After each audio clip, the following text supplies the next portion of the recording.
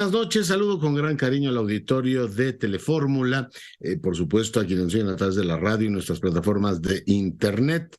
Yo creo que hay dos asuntos el día de hoy que merecen nuestra atención y que a lo largo del año se irán desplegando, de tal manera que podamos estarlos engrosando, comentando, contextualizando y por supuesto ir registrando sus variantes.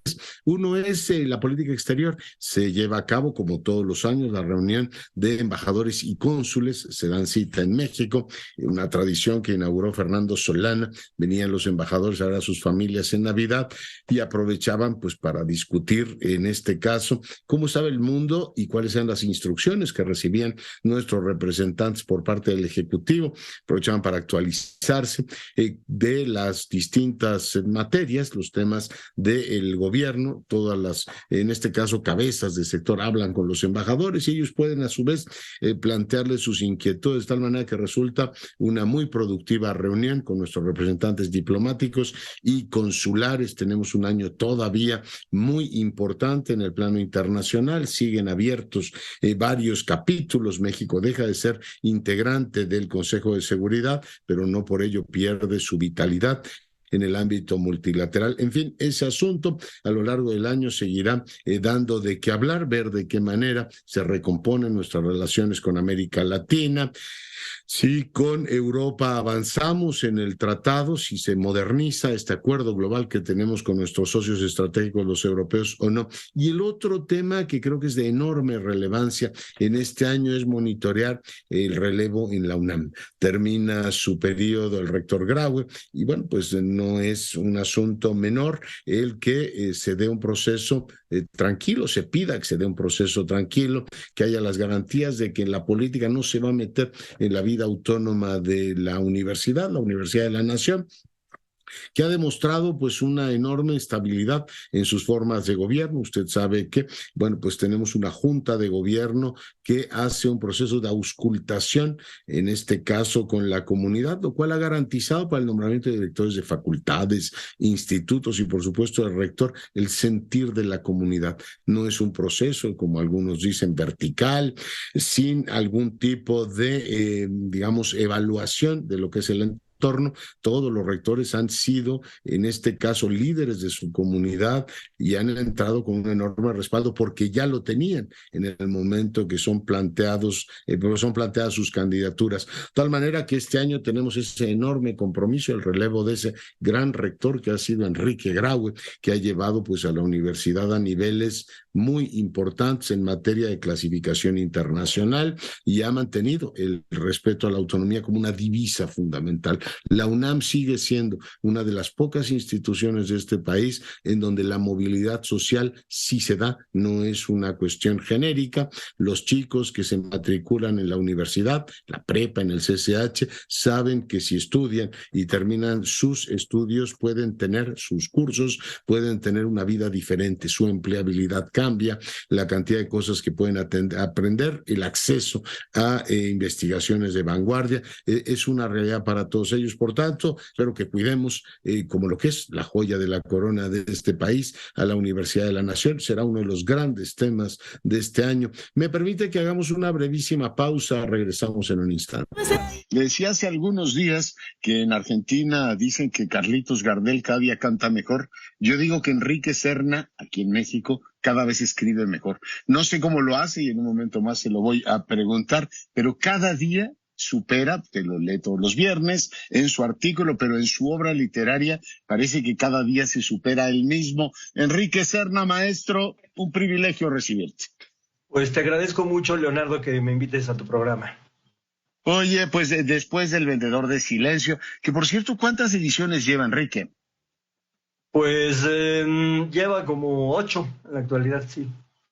Como 8, además ha sido premiado, reconocido y galardonado por esa estupenda novela. No hace falta que recuerde El seductor de la patria y otras más, efectivamente, que vemos a la pluma de Enrique Serna. Ahora está en librerías Lealtad al fantasma, una serie de relatos, narraciones o cuentos.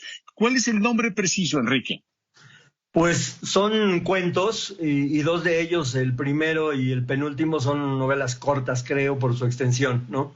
Yo, por mi experiencia quizá de novelista, tiendo a hacer estudios de carácter más o menos profundos y eso me obliga a necesitar bastante espacio a veces, ¿no? Porque sí tienen dimensiones diferentes. Yo recuerdo, había relatos, ¿no? Los de Stendhal o narraciones como las de Pushkin, que también varían mucho, ¿no? Algunas son más largas, otras son un poquito más breves. Todas ellas son, por supuesto, sorprendentes, pero quiero decirte que en esta ocasión me has metido una especie como de miedo al cuerpo, Enrique, porque parece que hay vidas así, vidas burguesas, muy bien organizadas, que uno tiene perfectamente controlado, y de pronto llega un duendecillo o quien sea, una señorita con un anillo y te desmadra, perdón por el verbo, absolutamente todo, Enrique. Pues sí, yo creo que esas cosas pueden ocurrir desde luego y lo paradójico es que pues muchos seres humanos estamos a veces deseando que alguien nos arrebate el albedrío, ¿no? Porque digamos que el ideal amoroso en parte es eso, ¿no? Ceder gran parte el timón de tu alma a la persona amada. Pero cuando eso ocurre y implica quizás perder la estabilidad, perder los lazos afectivos y demás, pues entonces esa es una prueba de fuego para cualquier personaje y ese tipo de parteaguas existenciales son los que a mí me interesa contar en mis cuentos. Oye, le deberían poner como le ponen etiquetas así negras a los alimentos, prohibido a la lectura a burgueses complacientes, ¿no? Porque podrían perder la zozobra y la calma, Enrique. Pues sí, yo diría también que no se deje al alcance de los niños, ¿no? Es un libro absolutamente, efectivamente, bueno, pues muy, muy interesante, porque además te hace ver o te hace sentir que tu vida pende de un hilo. Me resultó absolutamente deslumbrante. Yo no sé si habías escrito un relato, o en este caso una novela corta como la del Anillo, pero eso vale un premio Nobel de literatura, querido. Hombre, gracias, ojalá hazme la buena. Oye, está mejor que el Anillo de los Nibelungos, según yo. Bueno, pero aquí la parte más interesante, por supuesto, no vamos aquí a echarle a perder a tus lectores nada, porque una de las partes es lo profundamente sorprendente, es que pues yo había leído mucho esto del autor omnisciente, ¿no? Esto que se mete y ordena todo como una especie de gran creador, ¿no? Desde Cervantes hasta Proust, llegando a ti. Pero tu autor omnisciente sí se toma muchas licencias, mi querido Enrique. Bueno, este es un narrador en tercera. Además se llama Leonardo, para más Inri, pero bueno, eso es una casualidad. Ese es cierto, sí. Leonardo Pimentel es este escritor que de pronto se ve involucrado en su propia ficción, ¿no? En un diálogo. Eso es genial, ¿eh? Con su personaje, ¿no? Y bueno, pues yo traté de hacer una parodia en ese pasaje del cuento de las tribulaciones en las que se puede ver metido un escritor, ¿no? Cuando está luchando por resolver una trama, ¿no? Uh-huh. No, eso es fantástico, absolutamente. Y bueno, la novela va tomando ahí giros, o el relato va tomando giros sorprendentes que no revelamos más. Yo creo que esa, pues por supuesto, todas son muy buenas, pero esa efectivamente encabeza con todo decoro, efectivamente, con toda fuerza, la serie de narraciones. El tema principal, ¿cuál es? Que finalmente las pasiones nos pueden ir dominando sin que nos demos cuenta, incluido en el caso de un fantasma que puede gozar, ay de mí como hombre o como mujer, ¿no? Y de pronto dices, ¿qué hago con el fantasma, Enrique? Pues yo creo que el tema son las transformaciones de una serie de personajes sometidos a un poder irresistible, que a veces es sobrehumano, que empieza a manejar las riendas de su destino, ¿no? Y esto está narrado con un punto de vista irónico, ¿no? Que trata de mostrar el lado ridículo que tenemos todos los seres humanos, incluyéndome a mí, por supuesto, pero a partir de una compenetración sentimental con mis personajes, ¿no? Oye, el de la chica esta que admira y tiene una pasión ahí absolutamente pues tóxica, ¿no? Con una actriz y empieza a vivir un poco su vida. También te permite relatar, además de las pasiones internas, la forma en que nos ven los americanos, la forma en que la comunidad mexicoamericana se relaciona efectivamente con el entorno, Enrique. Sí, fíjate que ese cuento yo lo ubiqué en Los Ángeles porque me parece que desgraciadamente el firmamento artístico o el mundillo del espectáculo en México ya no crea este tipo de idolatrías, ¿no? Entonces era más factible que esto ocurriera con una diva de Hollywood, y eso me llevó a la idea de cómo viven los mexicanos en Estados Unidos, ¿no? Mi personaje es una especie de renegada, ¿no? De esas empleadas de los malls de Los Ángeles que le responden en inglés a los mexicanos que le hablan en español, ¿no? Pero que... y les cae gordísimo que les hables en español, ¿verdad? Sí, ella va sufriendo una serie de transformaciones que la llevan a ser de un personaje que vive a expensas de la vida de esta diva de Hollywood, ¿no? A ser la dueña de su propio destino, y no solo eso, sino que también a marcarle, a ordenar la vida de la mujer a la que idolatra, ¿no? Oye, el hermano que efectivamente, bueno, pues ya tiene una vida muy ordenada y la intenta exorcizar, pero lo que es quizá más digno de ternura es la confianza de esta chica, el pidia, o ¿cómo la llamas? En la confianza, oye, en el sistema de justicia norteamericano. Tú dices, pobrecita, ¿sigue creyendo que eso va a ocurrir? Pues sí, ella se aferra a esa esperanza, ¿no? Porque es algo que además a ella la salvaría del tremendo remordimiento que tiene encima, ¿no? Y bueno, esa es una especie de un juicio que yo digo en el cuento que es parecido al de el jugador de fútbol americano, este famoso que dividió a la comunidad de Estados Unidos entre blancos y negros, etcétera, ¿no? Y pues es un cuento que creo que está muy ligado con las demás ficciones del libro, ¿no? Porque aquí la idolatría también es una entrega de la voluntad hacia un ser supremo que ella convierte en una especie de diosa, ¿no? Ella vive por ella y en algún momento cobra una venganza a nombre de ella que ella de todas maneras no le pide. Me encanta cómo escribes al personaje, pero trabajas muy bien la contextualización, ¿no? O sea, muy bien llevado el tema, además de las pasiones y toda la parte irónica de lo que son los Estados Unidos hoy, Enrique. Pues sí, porque yo creo que los personajes no pueden vivir en el limbo, ¿no? Y entonces hay que describir su contexto histórico-social, tanto en ese cuento que ocurre en Los Ángeles como en los demás, que la mayoría ocurren en México, salvo el último que ocurre en París, ¿no? París, sí, efectivamente. El fantasma este terrible que goza como hombre o varón. Los sueños lo pueden uno atormentar, ¿no? Sí, desde luego, ¿no? Desde luego que porque son además una fuerza que se apodera en algunos momentos de tu voluntad, ¿no? Y en el caso de estos personajes, llega hasta el grado de dudar de su propia existencia, ¿no? Oye, y cuéntanos también cuál es tu experiencia como escritor así ya consagrado. ¿Te leen los jóvenes, por ejemplo? ¿Están leyendo los jóvenes en este país, Enrique? Sí, mi experiencia es que leen bastante.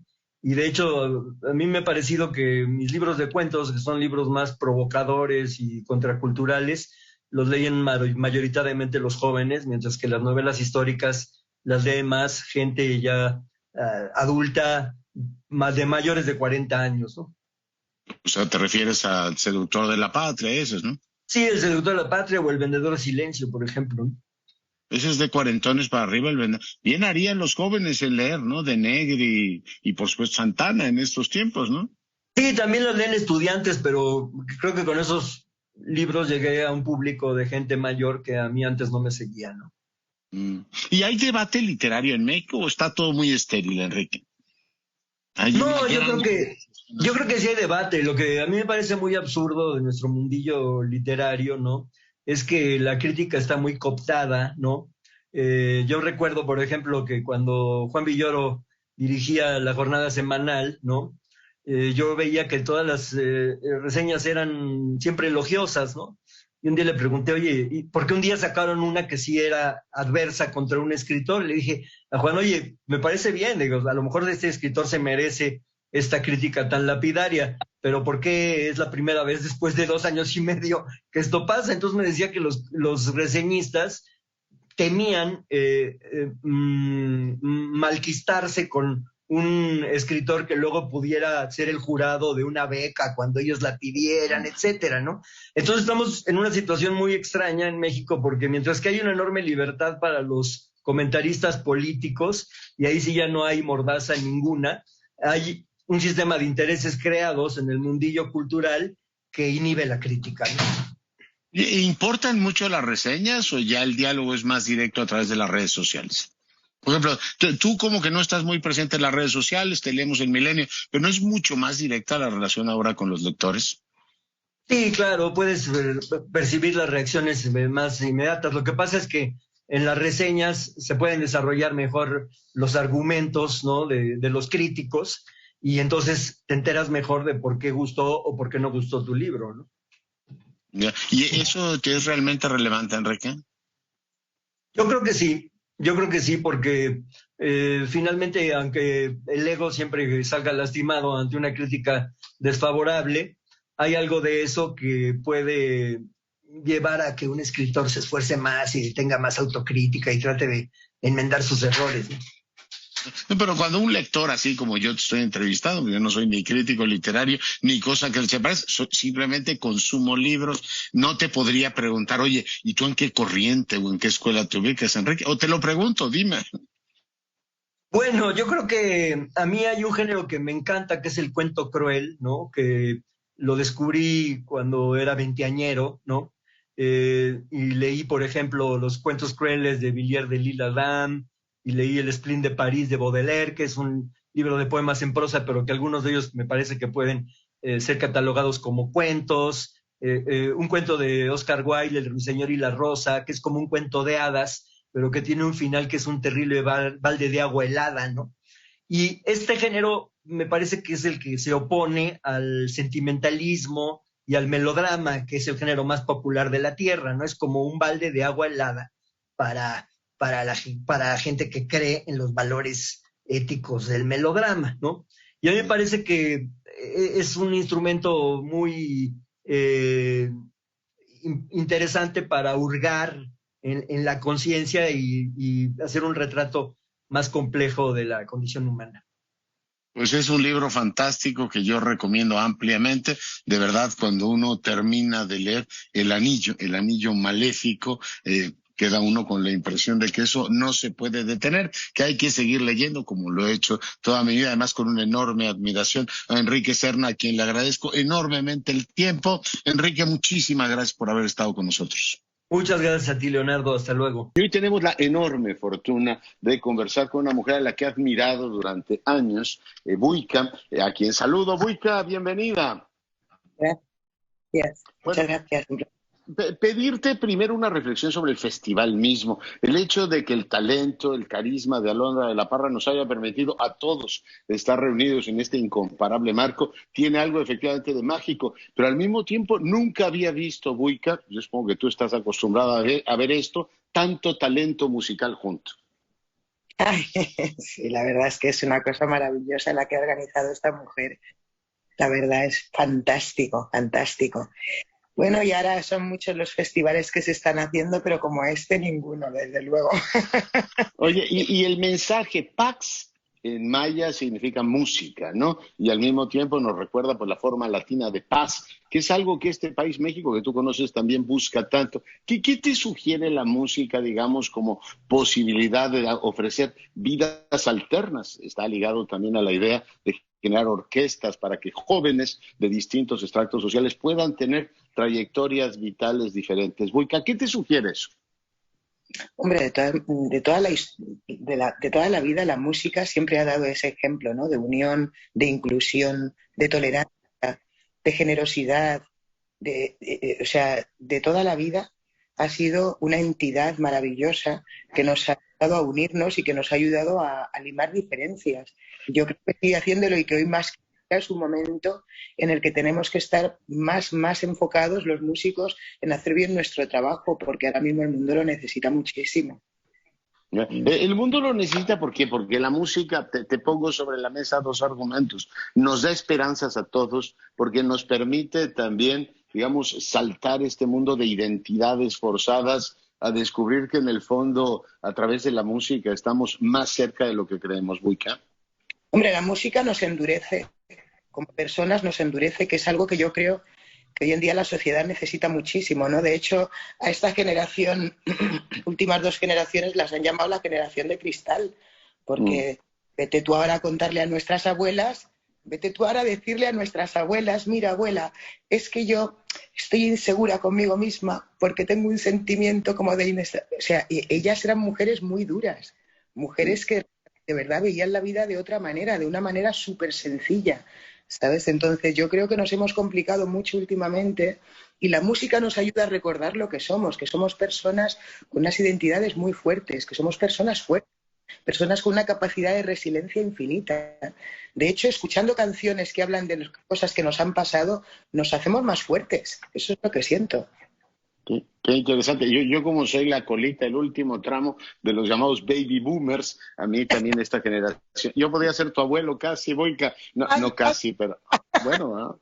Déjame algún día presumir, soy el abuelo de Boyka. No, pero digamos, yo que vengo de esa generación, ciertamente veo en estos casos que una generación que requiere también, pues eso, ese endurecimiento que tú dices. Pero a través de la música te identificas con otras personas. Yo paso por la vida diciendo, a ver, soy mexicano, periodista, tal o cual. O sea, me clasifico, tú tienes múltiples identidades. Pero cuando escuchas la música en este festival, ayer escuchamos desde Hachaturian hasta el arpa de los llanos. Y yo decía, ¿cómo un arpa puede unir a pueblos en principio, Boyka, tan diferentes?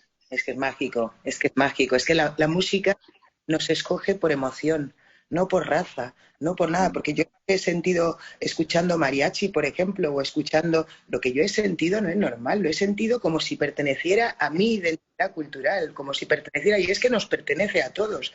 Es el primer ejemplo de unificación que existe, ¿sabes? Como tú bien has dicho, ¿cómo un arpa puede unir pueblos? No es que hace más que eso, ¿sabes? Que es que hace que las personas se sientan grandiosas, que se olviden, porque yo te voy a decir una cosa, tú ahora has dicho...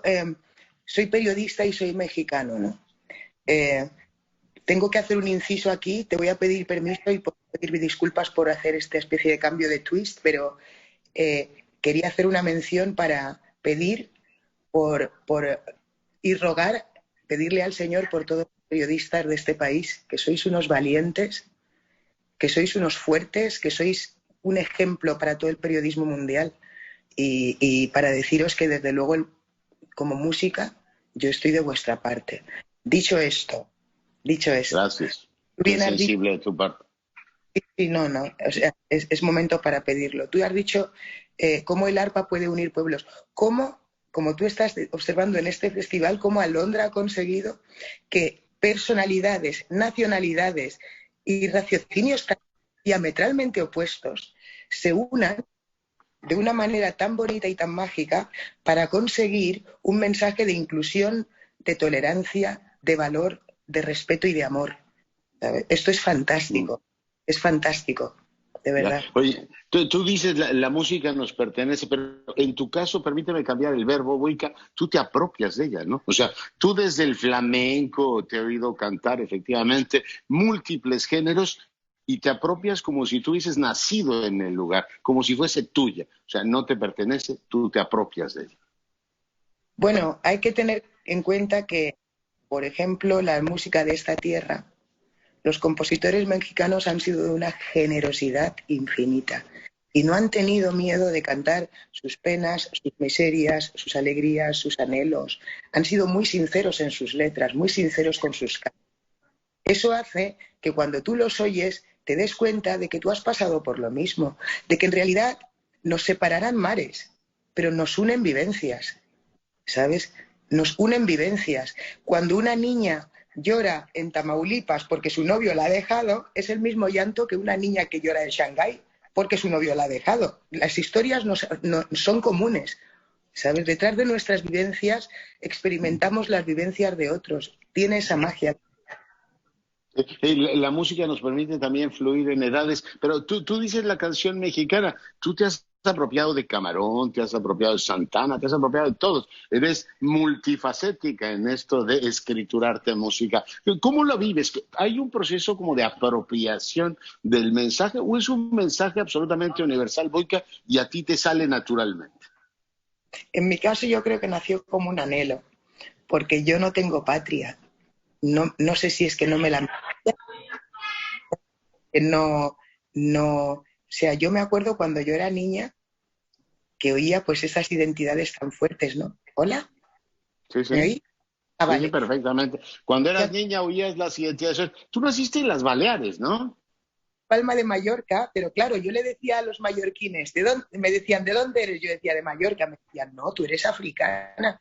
Y cuando yo hablaba con familiares de África y me decían, y les decía, soy africana, me decían, no, tú eres española. Entonces, entonces, claro, al final se me quedó como un sentimiento de falta de patria, de anhelo de patria. Y de hecho, cuando era niña, yo pensaba, si algún día vienen los extraterrestres y dicen, los españoles aquí, los guineanos allá, los indios ahí tal, ¿a mí dónde me van a meter? Porque no me reconocen ni en ningún lugar ni en el otro. Y yo, de verdad, que parece... Oye, te pones a cantar y se les caen los pantalones o las faldas a todos. Yo creo que fue eso lo que hizo que yo, cuando me apego a una música, yo creo que es ese anhelo de patria, ¿no? El que me hace a veces unirme tanto a los sonidos de diferentes países, el anhelo de patria, creo que es. Lo que pasa es que ya mi edad ya ni la tengo ni la necesito. Ya no Pero qué bien fluyes, ¿no? A tu edad. Te veo además súper vital. Yo quiero presentarte a una persona, mi hija Paula Curcio, que está en el enlace. Ella fue la que me descubrió a Wicca. Yo soy, imagínate, lo más moderno que hubiera Puccini. Y me dijo, papá, tienes que ir a Wicca. Y me puso a Wicca. Paula, buenas tardes. Buenas tardes. Uy, casi no, yo me sentía muy identificada porque yo he llorado y me... Si abres tu cámara, por favor, Paula. Ay, perdón. He llorado y me he curado de todos los males y de todas las penas del corazón con tus canciones. Y te quería preguntar, este último tema, que es un temazo, el de Melancolía, ¿en qué momento emocional estabas para llegar ahí? ¿Y qué era exactamente lo que querías transmitir? Bueno, en realidad estábamos en un momento emocional muy duro porque estábamos en plena pandemia. Entonces yo creo que ese momento fue un momento de unión en tristeza de todos los seres humanos, porque esto es algo que nos ha hecho mucho daño a todos, ¿no? Y era ese momento justo en el que te estabas enterando cada día de que alguien más había muerto, de que alguien más había caído, de que otro se había enfermado, de que las cifras eran abrumadoras, era todo como muy de película futurista. Y fue en ese momento en el que salió esa canción. Qué bonito. Boica, yo quiero decirte que, bueno, te agradezco muchísimo la entrevista. Sé que tenemos que ir a la reunión. Ahora van a hablar del gran maestro Márquez y su inolvidable danzón. Tenemos que estar ahí. Y quiero no solamente decirte que te agradezco mucho la entrevista, la conversión, que estés aquí en este festival, que para mí resulta memorable. Decirte, confesarte, porque te lo tengo que decir, que te uso ahora como coartada, ¿no? Como dice Boica, todos necesitamos 25 minutos de estar con nosotros mismos y que no me fastidie nadie. Así es que te uso como elemento de legitimación para que no me estén fastidiando. Tú imagínate, confesado. Ay, muchas gracias. Que te tengo que decir que tienes, que no sé otras cosas, pero los hijos los haces muy bien, ¿eh? Qué hija más guapa. Bueno, te mando 1000 abrazos desde esta transmisión, te los daré personalmente en un momento más y para nosotros ha sido efectivamente una cosa gloriosa que has aceptado estar esta noche con nosotros. Muchas gracias, muchas bendiciones a todos. Hoy tenemos el enorme gusto de recibir a un académico de la lengua, un hombre que ha cultivado el periodismo, ha sido corresponsal de guerra, le debemos el famoso Territorio Comanche, un libro de culto, y es autor de sabrá Dios cuántas novelas, ya nos dirá él cuántas. La más reciente es Revolución, que está en librerías. Arturo Pérez Reverte, bienvenido. Muchas gracias. Gracias por recibirme. No, estoy encantado. Además, espero que te guste Amor Tibieta. Me encanta. Es una introducción extraordinaria que tiene que ver con la novela, en cierta forma. Que tiene que ver naturalmente con la novela. O sea, no puedes negar que has sido, o que eres más bien, académico de la lengua, porque va uno descubriendo, por ejemplo, que en México decimos ferrocarrilero y en España ferroviario. Yo nunca me había percatado de esa diferencia. Sí, pero eso es cosa de académicos, ¿no? No, pero es que yo no podía venir aquí a hacer una novela como un turista gachupín, y hacer una novela desde dentro, ¿no? Y entonces el lenguaje ha sido muy importante, que la gente hablara como en México y que todo fuese muy mexicano. Pero la distinción creo que es importante, yo no me había percatado nunca. Creo que lo de gachupín ya está entrando a lo de políticamente incorrecto, ¿eh? Bueno. Pero yo a mi edad ya... Si eres de Cartagena ya se te permite. Igual. Tú puedes decir lo que tú quieras. Revolución. Uno de los personajes dice que es la palabra más bella. Es una palabra eufónica. En algunos países suena particularmente inquietante, pero en México, tú sabes, tenemos monumentos a la revolución, una avenida como de 12 carriles. Es una palabra... ¿A ti a qué te suena la revolución? ¿En México o fuera de México? En México. Es que México es un lugar donde la revolución suena de forma diferente a otros lugares, ¿no? Ahí me suena a melancolía, ¿no? A ocasión perdida, a indios descalzos pidiendo limosna en la calle, hoy, todavía, ¿no? A eso me suena. Yo llevo año y medio viviendo la Revolución Mexicana, ¿no? Inmerso en ella. O sea, este libro lo has estado empollando año y medio. Sí, no, lo he empollado toda mi vida, lo he escrito en año y medio, ¿no? Y entonces me produce melancolía, ¿no? Cuando uno ve tanto sufrimiento, tanta amargura, tanto dolor, tanto valor, tanto coraje, tanta... Esperanzas perdidas. Para nada, ¿no? Utopías fallidas. Para muy poquito. Hay un personaje que dice, además lo dice en 2 ocasiones, los mexicanos son crueles y tiernos. ¿Tú compartirías esa dualidad? Eso sí, no todo lo que dicen mis personajes lo comparto, porque ellos tienen su propia vida, pero eso sí. Realmente mi concepto es mexicano. A mí lo que me fascinó de México desde el principio es la mezcla de crueldad y de ternura, de violencia y de generosidad. Esos contrastes en las mismas personas, a veces el mismo día, me asombraron y se lo he prestado un poco a los personajes de la novela. Oye, el personaje central es un joven ingeniero de Linares. Bueno, joven, en esa época supongo que no era tan joven. Veo que estás metido en una polémica de los jóvenes en España. A los 20 y tantos años que tiene Martín cuando llega, ¿era un joven o era ya un adulto en plenitud? Era joven, sí. Era un joven ingeniero de minas que está en México cuando se ve envuelto en la revolución. Entonces, bueno, pues él no es un revolucionario, la revolución le da igual, ¿no? Él no quiere cambiar el mundo. Él es un ingeniero de minas, ¿no? Es un técnico. Él venía a trabajar. Claro, y mira el mundo con la frialdad de un técnico, pero de pronto descubre por esa mirada que allí pasan cosas importantes. Que mirando a esos hombres y mujeres, acercándose a ellos, aprende cosas sobre sí mismo y el mundo. Entonces queda enamorado de los mexicanos y la Revolución Mexicana. Y eso cambia su vida y lo va transformando durante las páginas de la novela. O sea, el ingeniero es de Linares, pero pudo haber sido de Cartagena tranquilamente, ¿no? Y en tu caso, bueno, mucha gente ha recordado la forma en que narras las historias, el personaje, cómo entra a una serie de elementos imprevistos. ¿Podría llamarse también Las tribulaciones de un joven andaluz en México? Así, sí, por recordar algo a Julio Verne. Podría, pero iba a llamarse Desayuno en Sambors. Anda. Todo arranca de la fotografía famosa. Lo que pasa es ¿Dónde has estado esta mañana, por cierto? Sí, ahí he estado esta mañana hablando con algunos amigos. Lo que pasa es que la palabra Sambors fuera de México no dice nada. Entonces al final decidí cambiar el título, pero era Desayuno en Sambors el título original. Oye, y habla pues de un Sambors en el que se desayunaba muy bien y unos panes muy buenos, pero bueno, esto se va desarrollando efectivamente. Ese palacio tiene algo que explica el México profundo, ¿no? El Palacio de los Azulejos. Sí, además tiene el decir, algo quedó bueno, simboliza muchas cosas, ¿no? Algo quedó bueno a pesar de lo malo. Es decir, Sambors Azulejos para mí es un lugar que me recuerda, me hace orgulloso de ser español en México, ¿no? Yeah. A veces me horroriza ser español en México y a veces estoy orgulloso. Es de esos lugares que me recuerdan lo que me hace orgulloso. Universidades, catedrales, lugares hermosos. Sí, claro, y hay reflexiones también de cómo nos relacionamos efectivamente con la historia, recuerdos también, Cortés, la Malinche, distintos pasajes, pero entre españoles y mexicanos sigue habiendo muchos estereotipos, muchos tópicos en la forma en que nos miramos unos a otros, porque aquí la gente te lee y te siente pues del país, mi querido Arturo. Es que yo soy mexicano. Por eso, entonces, ¿por qué nos miramos con tantos tópicos? Pues porque supongo que es una cuestión de educación, de ignorancia, ¿no? Nos damos la espalda, nos dejamos arrastrar por las manipulaciones de los interesados en manipular y no vamos a lo real, ¿no? Yo creo que ningún mexicano que esté en España se siente extranjero, ni ningún español que esté en México se siente extranjero. El ámbito es el mismo. Uno reconoce tanto España aquí como reconoce México en España. Y eso es lo que a menudo se olvida, ¿no? Yo ya digo, yo por eso me he atrevido con esa novela. Yo esa novela no la he escrito en español, la he escrito un español desde dentro de México. No sé, yo aprendo en México. Tú haces como arqueología, ¿cómo se llama esto? O sea, ir adaptando el lenguaje que se hablaba en la ciudad Juárez de principios del siglo pasado. yo no podía hacer una novela con un lenguaje actual.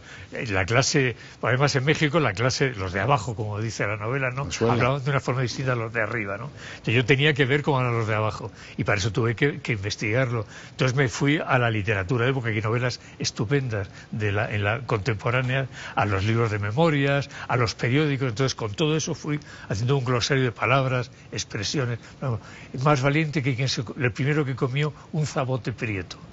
Eso, por ejemplo, eso está tomado de ahí, ¿no? O aquí van a sobrar sombreros, o mujerear, ¿no? O no sé, viene usted muy Catrín, tal. Ese tipo de cosas salen no me las invento, salen de la calle, salen de ahí, ¿no? Trabajé mucho el lenguaje, sí.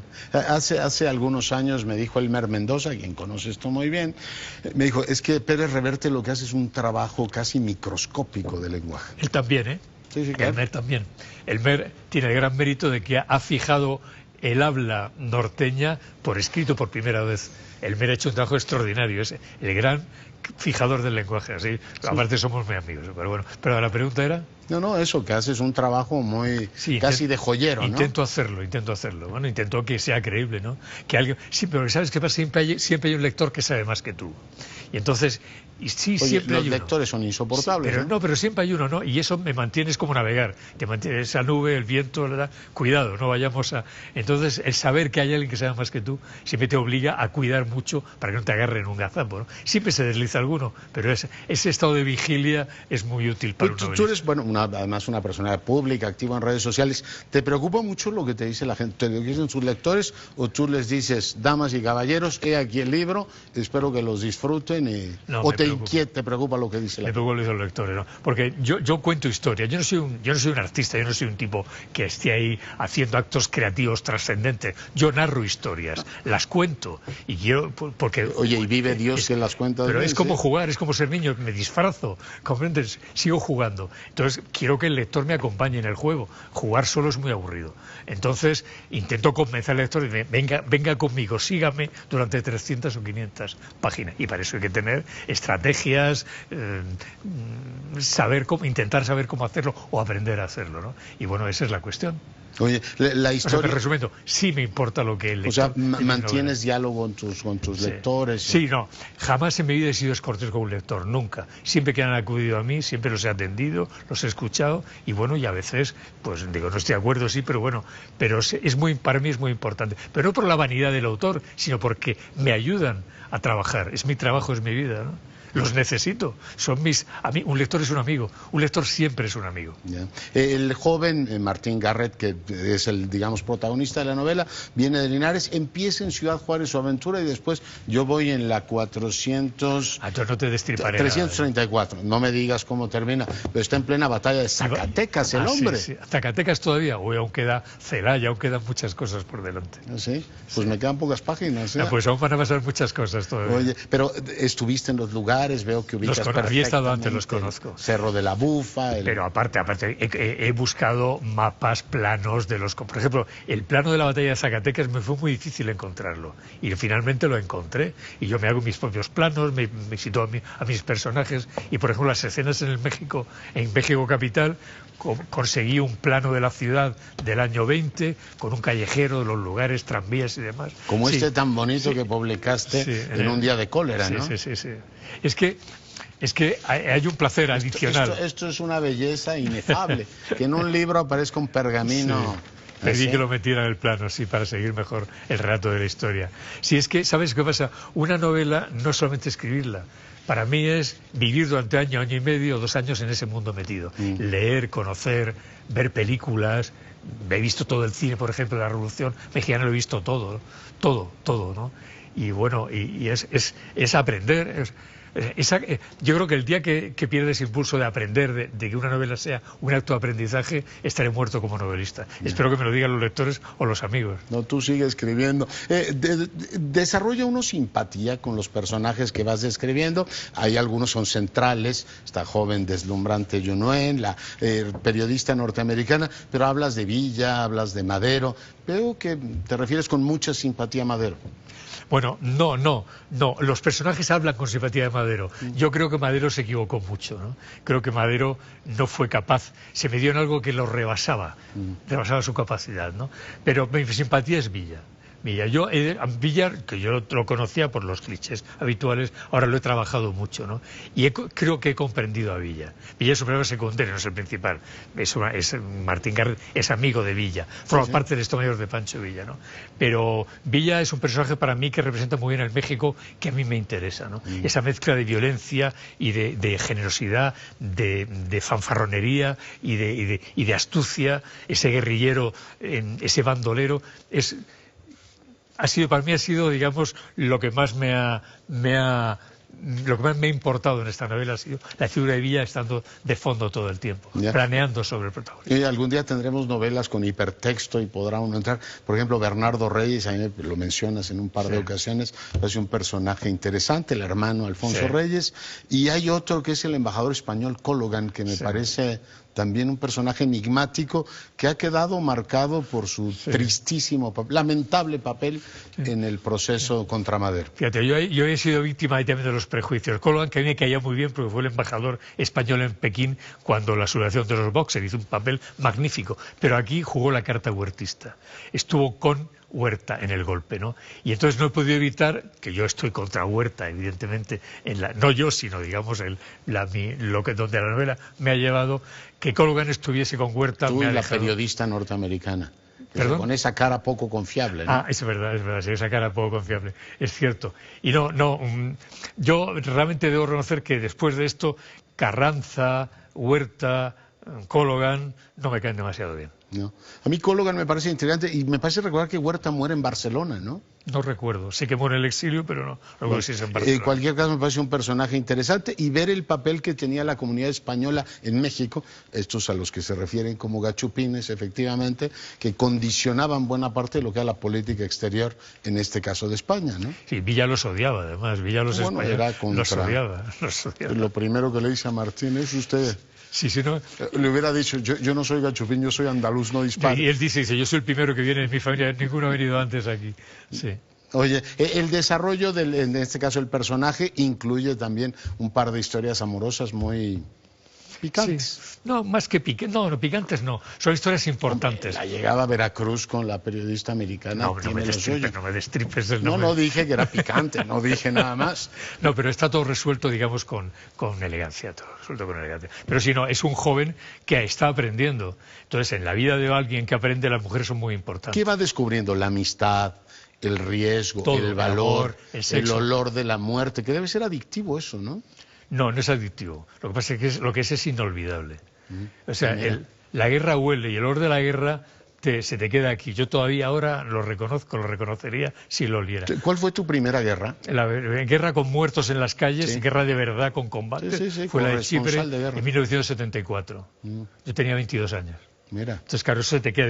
Por eso yo le presto a Martín Garret un poco de el joven que ante la violencia queda fascinado, no por la violencia, sino por cómo se comportan los seres humanos en la violencia, hombres y mujeres. Cómo la violencia manifiesta cosas que en la vida normal el hombre no pone de manifiesto. Y él queda enganchado a esa escuela de aprendizaje terrible que es la guerra en mi caso, la revolución en caso de Martín Garret. Y él va aprendiendo amistad, digamos, todos los elementos una especie de educación, no solo sentimental, es una educación en toda la línea. Es una novela de aprendizaje clásica, o sea, es la vieja novela de siempre de aprendizaje, del joven que aprende, los grandes maestros, yo en mi pequeña parcela, es lo mismo, ¿no? Es cómo se forma la mirada de un hombre joven hasta que se hace maduro, ¿no? El libro es Revolución, está pues por supuesto disponible allá en librerías, lo ha publicado Alfaguara y se lee realmente como se leen todos los de Pérez Reverte. A mí el libro que más me ha gustado de todos cuanto has escrito, que como decía son muchísimos, es Hombres Buenos. Es uno de mis favoritos ese libro. Fíjate lo que dice, el hambre no conoce fronteras, señores, siempre es la misma. Les digo yo que en esta materia soy perito, que de estrecheces pasa el sabio, que no sabe lisonjear ni al vulgo ni al poderoso. Eso es fantástico. Sí, eso yo quise hacer un homenaje con ese libro a los hombres que pudieron cambiar España y no pudieron hacerlo. A la gente ilustrada, España y el mundo quizá también, ¿no? Los que intentaron que el hombre fuese culto, libre, sabio y solidario, y no lo consiguieron. Y cuando te sientas en la academia y piensas en estos personajes del 18, supongo que levantas una copa imaginaria y dices, va por ustedes, señores. De hecho, acepté estar en la academia por ellos, justamente, ¿no? Es la gente que a mí me interesaba. Por eso, cuando me dijeron ser académico, dije sí, pensando justamente en esa gente. Y esa novela es un homenaje justamente a la academia. La academia que hace que 600 millones de hispanohablantes hablemos la misma lengua y que cuando llego yo aquí esté en mi casa y cuando tú vas a Madrid estés en la tuya. Y en Cartagena supongo que todavía más. Oye, pero ciertamente es un prodigio que sigamos hablando la misma lengua, aunque tenga tantas variantes que tú reconstruyes. Los académicos que hacen, además de darle esplendor a la lengua, también van, digamos, haciendo este trabajo de reunir expresiones, algunas de ellas muy propias de Ciudad Juárez, de incluso la capital de la República. O sea, todas las variantes locales las van agregando y diciendo... Vean la mina que tenemos en términos lingüísticos. La gente cree que la academia es la policía del lenguaje. Las academias, también está la mexicana, claro, que estamos todos asociados, ¿no? Y era, bueno, en este caso este es un joven de 20 y tantos años, su esperanza de vida en aquel momento debió haber sido 40 años. Sí, 40 Hoy años. Podemos vivir 80 y muchos. Lo cual no siempre... Y si eres gallego, 90 y tantos. Lo cual no siempre es una ventaja. Hay que saber morirse a tiempo. Eso no se lo discutirá el académico. Hay que saber morirse a tiempo también. Hay que saber irse a tiempo y dejar el camino a los que te dan fuerza y estímulo, ¿no? Como decía el emperador, acta es fábula, ¿no? Es decir, cuando se tiene uno que ir. Pues yo espero que tú, Dios te guarde muchos años o quien tú decidas que te guarde y sigas escribiendo porque es ciertamente un disfrute enorme leerte y haberte tenido en el estudio el día de hoy, un privilegio. Muchísimas gracias, amigo mío. Bueno, y con esto nos vamos. Yo soy Leonardo Cursi, a nombre de todo el equipo le agradezco su preferencia. Siga nuestras frecuencias y sea rabiosamente feliz. Se lo merecen.